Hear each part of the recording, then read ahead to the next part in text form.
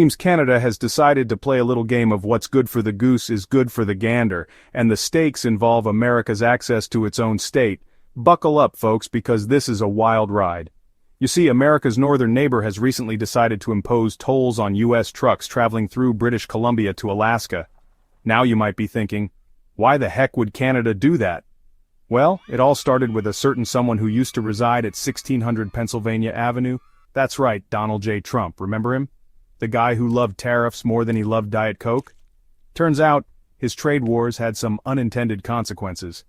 This isn't just about money, though. It's about history, strategy, and a whole lot of icy tension. So, grab a plate of poutine, settle in, and let's dive into this frosty showdown between two countries that are supposed to be best friends forever. Or at least that's what we thought. But as it turns out, even the best of friends can have their disagreements, especially when national interests are at stake. The current spat between the U.S. and Canada over access to Alaska might seem like a new development, but it actually has roots in a century-old dispute that has never fully been resolved. Back in the late 19th century, the discovery of gold in the Klondike region sparked a mad rush of prospectors, and with them, a renewed interest in the vaguely defined boundary between Alaska and Canada. This influx of fortune seekers brought the issue to the forefront. You see, the original treaty, signed between Russia and Great Britain in 1825, was about as clear as a blizzard in a snow globe. The language was ambiguous and open to interpretation. This ambiguity led to the Alaskan Boundary Tribunal of 1903, where American, Canadian, and British representatives convened in London to settle the matter once and for all. The stakes were high, and tensions were palpable. The tribunal's decision, however, only served to solidify resentment on the Canadian side. They felt betrayed and unfairly treated. You see, the U.S. delegation, thanks in part to some shrewd maneuvering by President Theodore Roosevelt, managed to secure a favorable outcome, denying Canada access to several key ports along the Alaskan Panhandle. This decision had long-lasting implications for both nations. This historical grievance has lingered in the Canadian psyche ever since, a constant reminder of what they see as a past injustice. The sense of unfairness has been passed down through generations.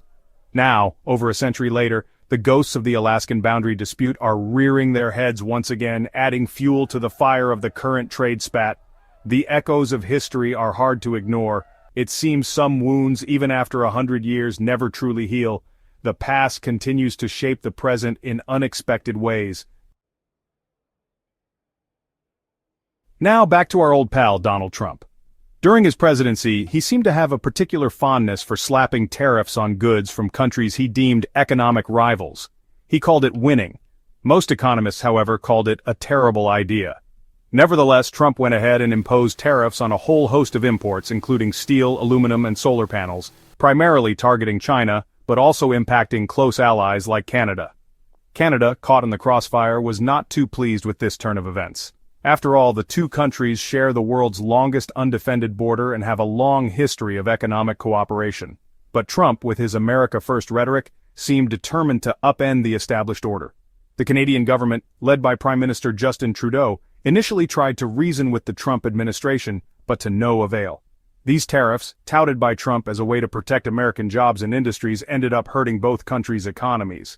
It was a classic case of shooting oneself in the foot while trying to look tough. And, as we're about to see, it had some unexpected consequences for U.S. access to Alaska. Fast forward to the present day, and Canada, it seems, has had enough. British Columbia, the Canadian province that provides the only land route to Alaska, has decided to take matters into its own hands. In a move that surprised many, the province announced it would be imposing tolls on U.S. trucks traveling through its territory to reach the last frontier. These tolls, while ostensibly aimed at generating revenue for the province, are widely seen as a direct response to Trump's earlier trade policies. It's a classic case of, you want to play hardball? Two can play that game. The move has been met with mixed reactions, with some praising British Columbia for standing up for its interests and others criticizing the province for jeopardizing the close relationship between the two countries. The tolls themselves aren't exorbitant, but they represent a symbolic shift in the dynamics between the U.S. and Canada. No longer content to be the polite, accommodating neighbor, Canada is flexing its muscles, sending a clear message that it will not be bullied, even by its closest ally.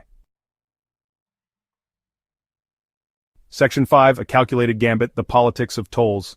The decision by British Columbia to impose tolls on U.S. trucks isn't just about economics, though, it's also a shrewd political move.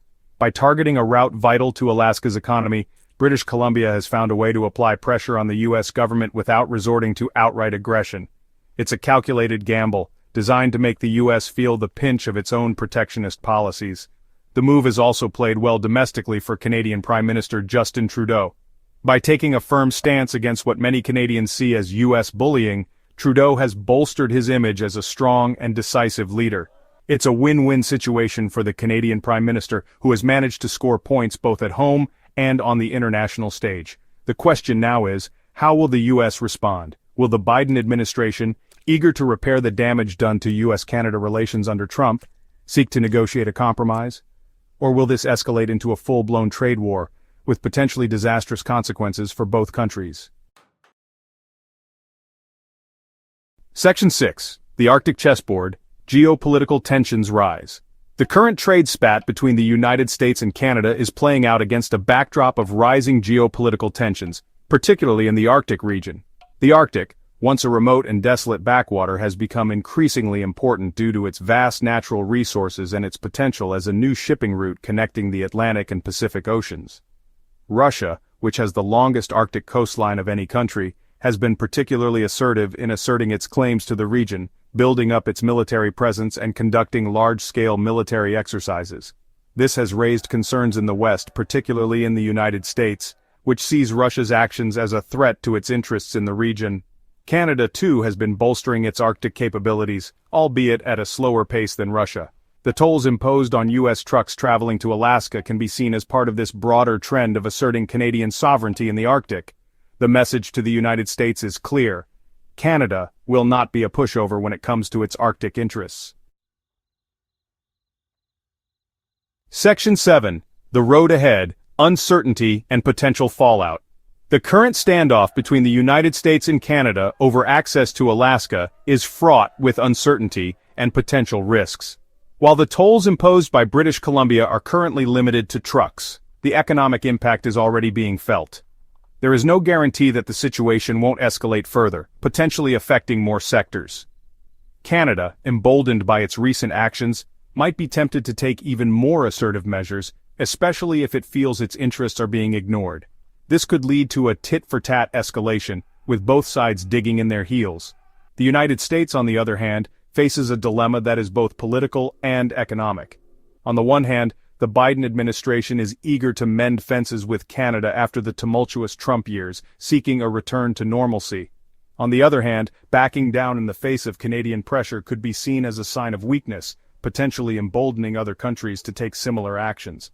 This delicate balance makes the stakes incredibly high, not just for the United States and Canada, but for the entire North American region, which relies heavily on smooth trade relations. A protracted trade war between the two countries would have devastating consequences for their economies and could destabilize the region as a whole.